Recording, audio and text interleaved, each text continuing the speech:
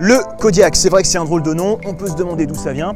Alors on en apprend tous les jours, il s'agit d'une race d'ours qui provient d'Alaska. Et c'est vrai que ça lui va plutôt bien, c'est assez massif, il assume pleinement son côté baroudeur, contrairement à d'autres SUV. On aurait pu s'attendre à une Skoda Octavia surélevée, eh bien en fait pas du tout, il a vraiment son style, bien à lui avec cette face avant assez verticale, ses optiques spécifiques aussi avec les anti-brouillards ramenés juste en dessous des phares avant. Ça, eh bien, c'est la nouvelle identité, la nouvelle signature visuelle que l'on aura sur tous les futurs SUV Skoda, y compris sur le nouveau Yeti.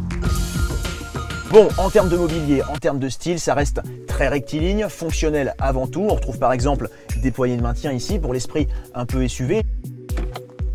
Et en termes de connectique, eh bien, le Kodiak vit avec son temps. On a par exemple une application à télécharger, donc sur tablette ou smartphone, qui reprend les données de conduite, la consommation moyenne par exemple, ou l'autonomie restante. Et puis on a aussi par exemple des parcours que l'on peut télécharger, précharger pour ensuite les retrouver sur son GPS. Alors ce qu'on retient de ce Kodiak, ce sont d'abord ses multiples aspects pratiques, les petites astuces. C'est vraiment devenu une marque de fabrique chez Skoda. Par exemple, les parapluies intégrés dans les contreportes. Malheureusement aujourd'hui on risque d'en avoir besoin. Ou par exemple les protections d'arrêt de porte. Ça, c'est pratique pour éviter d'abîmer la voiture du voisin ou même la vôtre. Et si on passe à l'arrière, c'est assez vaste pour deux adultes, donc pour des longs trajets vraiment aucun problème. Et puis on parlait d'astuces, regardez, on a également deux maintiens latéraux de part et d'autre des appuis-têtes. Et puis autre chose, le Kodiak est proposé en configuration 7 places. C'est pas forcément très facile d'accès, c'est un peu étriqué, on a l'impression d'avoir le menton dans les genoux, donc on n'y passera pas forcément des heures. C'est plutôt fait pour dépanner, mais au moins ça a le mérite d'exister. Donc ça, c'est une option à 820 €. Alors c'est vrai qu'avec la troisième rangée en place, on perd quand même pas mal de volume de chargement au niveau du coffre. Par contre, ça reste quand même l'un des principaux atouts du Kodiak. Regardez, en configuration 5 places, là, ça devient carrément gigantesque. 720 litres de volume, c'est tout simplement le record de la catégorie.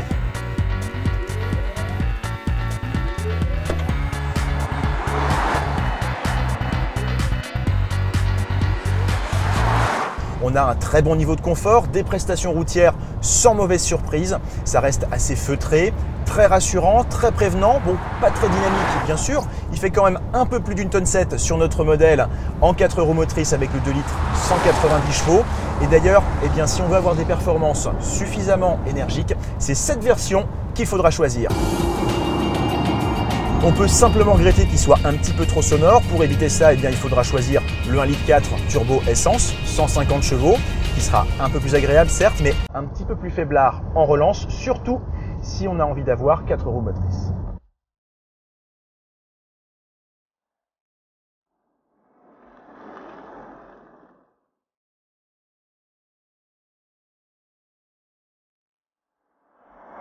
Pas vraiment sportif, ça c'est certain. Malgré tout, il est quand même très bien tenu ce Kodiak, et sur notre modèle équipé d'une suspension pilotée, eh bien on a très peu de mouvement de caisse. Il est vraiment très stable, on a une bonne motricité aussi. Et quelque part, eh bien on se dit que quitte à avoir un Kodiak haut de gamme, Skoda pourrait peut-être même penser à nous sortir un Kodiak RS. Il faut l'avouer, un Kodiak de plus de 250 chevaux, ça aurait quand même un certain style.